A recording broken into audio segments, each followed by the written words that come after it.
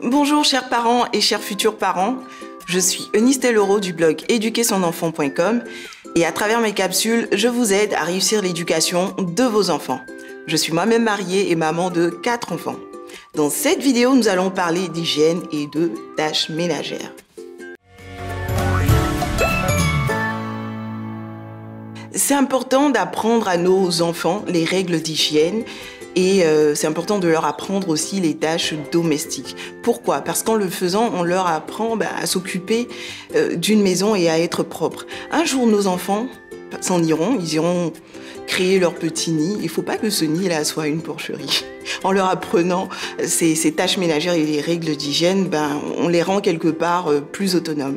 Cela contribue aussi à les responsabiliser parce que quand nos enfants s'impliquent à la maison, ils se sentent plus utiles. D'autre part, apprendre à ces enfants les tâches ménagères, c'est indirectement leur apprendre à reconnaître et à valoriser les efforts des autres. Vous savez, c'est très facile de salir, de mouiller, de déranger quand on n'a jamais ou quand on ne sait pas ce que c'est que nettoyer, balayer, essuyer et ranger. Mais quand on l'a déjà fait et qu'on constate toute la peine que cela demande, on fait attention. Quand on salit, on a beaucoup de respect pour les personnes qui nettoient et qui mettent de l'ordre. Impliquer ses enfants dans les travaux domestiques à la maison, leur apprendre les tâches ménagères, c'est une occasion vraiment excellente pour leur inculquer le goût de l'effort, le goût du travail bien fait, la rigueur, l'excellence. Quand ils passent le balai, il faut que ce soit fait à la perfection. Ils doivent eux-mêmes remarquer qu'il n'y a aucun grain de sable qui traîne. Bon, c'est vrai que j'abuse un peu, mais ils doivent aimer cela, aimer les travaux de qualité. J'ai un collègue qui aimait bien dire « Tout ce qui mérite d'être fait, mérite d'être bien fait ». Donc quand votre enfant passe le balai, il doit se dire « Je dois bien balayer ». Quand il essuie les vitres, je dois bien essuyer les vitres. Et cet apprentissage concerne aussi bien les petites filles que les petits garçons. Donc, faut aussi éduquer les petits garçons aux tâches ménagères. Les temps ont évolué. Les femmes vont aussi au travail. Les femmes vont à l'école comme les hommes. Les femmes vont aussi au travail.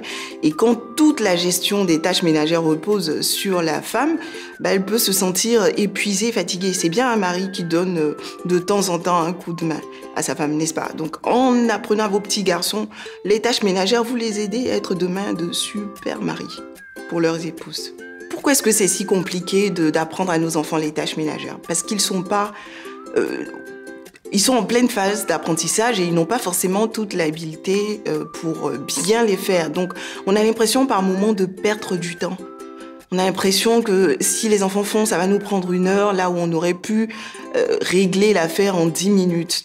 Et pourtant, ce temps-là nous permet de gagner du temps demain et de rendre nos enfants autonomes demain. C'est un chemin par lequel il faut passer. C'est aussi pénible de le faire parce que les enfants, des fois, ils réchignent à le faire. Ils réchignent, ils traînent les pas. Bon, il y a quand même des âges auxquels les enfants sont très volontaires. Mon fils qui a 2 ans, quand il renverse de l'eau, que tu lui dis va chercher la serpillière et essuyer, ça l'amuse, donc il est content, il va chercher, il essuie. Par contre, quand on commence à être adolescent, on a moins envie de débarrasser après le repas, on a moins envie de plier le linge, ainsi de suite. Et ça peut être fatigant cette lutte. Et surtout, en Afrique, on a du personnel domestique à moindre coût qui aide.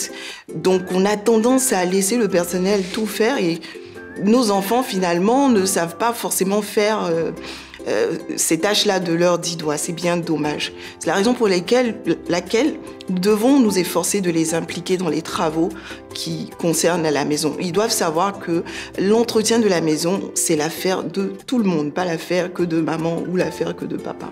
En fonction de leur âge, vos enfants doivent gagner en autonomie en ce qui concerne leur hygiène et puis en ce qui concerne aussi les tâches domestiques. Et je vais vous partager à titre indicatif, en fonction des âges de vos enfants, ce qu'ils pourraient faire. C'est vraiment à titre indicatif. Donc si vos enfants ne savent pas faire certaines de ces tâches, il ne faut pas crier au scandale. Il faut les accompagner et puis après, chaque enfant a son rythme auquel il évolue. Donc il faut en tenir compte aussi dans cet apprentissage. Ok, on y va. À 2 ans, entre 2 et 3 ans, vos enfants devraient pouvoir aider à faire leur lit. Oui, ça peut paraître tôt, mais ils peuvent s'impliquer. Quand on fait leur lit, donner un petit coup de main, ce ne sera pas parfait, certes, mais cela les initie. À cet âge, ils sont capables de ranger leurs jouets. Donc quand ils finissent de ranger, quand ils finissent de jouer, ne rangez pas les jouets à leur place. Faites-le ensemble et puis laissez-les faire aussi après. Ils sont capables de jeter, de ramasser des morceaux qui traînent dans la maison et d'aller les mettre à la poubelle. Entre 2 et 3 ans, un enfant est capable de mettre ses vêtements dans le panier à linge sale. Voici quelques tâches que vous pouvez commencer à enseigner à vos enfants quand ils sont dans ces eaux-là. Entre 4 et 5 ans, bien sûr, un enfant devrait pouvoir faire ce qu'un enfant qui a entre 2 et 3 ans sait faire, que je viens de citer, mais en plus, il doit être capable de s'habiller tout seul, capable de trier le linge sale en fonction des couleurs. En plus, c'est l'âge préscolaire, hein. À la maternelle, on leur apprend le bleu, le rouge, le jaune, le vert. Ça peut être un bel exercice que de prendre le linge sale et puis de trier le linge noir, le linge de couleur, le linge de couleur pâle, le linge blanc, faire les 4 lots de linge à laver et puis vous pourrez les laver.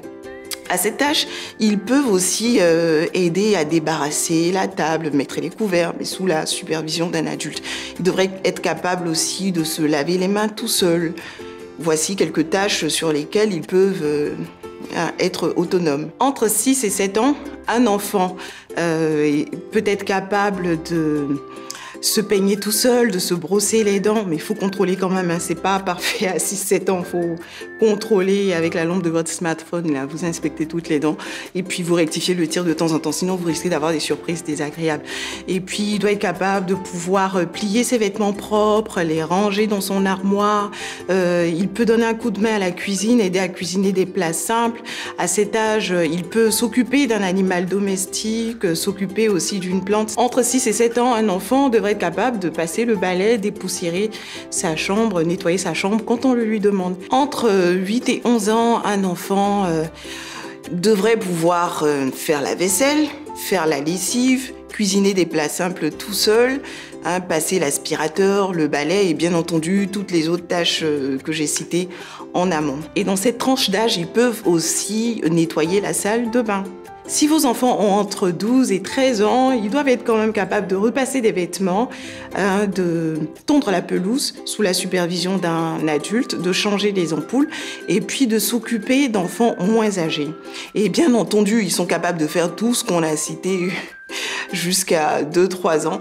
Ils doivent être capables aussi de le faire. Concrètement, comment le leur inculquer? Vous faites, ils vous observent, vous faites ensemble, après vous les laissez faire, vous observez et après vous les laissez faire. Il peut être bien d'établir en famille un tableau de répartition des tâches domestiques pour que chaque personne sache quelle tâche elle doit faire à l'avance. Et ça permet d'éviter les discussions. C'est important de le faire avant que vos enfants ne soient adolescents pour éviter les tensions. Les périodes de vacances scolaires sont très propices parce qu'on a moins de stress, il y a plus de temps avec les enfants pour leur apprendre ces tâches domestiques-là et leur apprendre aussi les règles d'hygiène. Les week-ends aussi sont favorables. Et vous pouvez organiser chez vous, moi je l'ai fait chez moi, c'était très marrant, ce que j'appelais le grand concours des tâches ménagères pendant les vacances scolaires. Alors il y avait un tableau à la cuisine, moi j'étais pas là pendant toute la période, il y avait la nounou qui était à la maison, qui était l'arbitre. Et il y avait un tableau avec des tâches à faire. Faire son lit, ça donnait des points.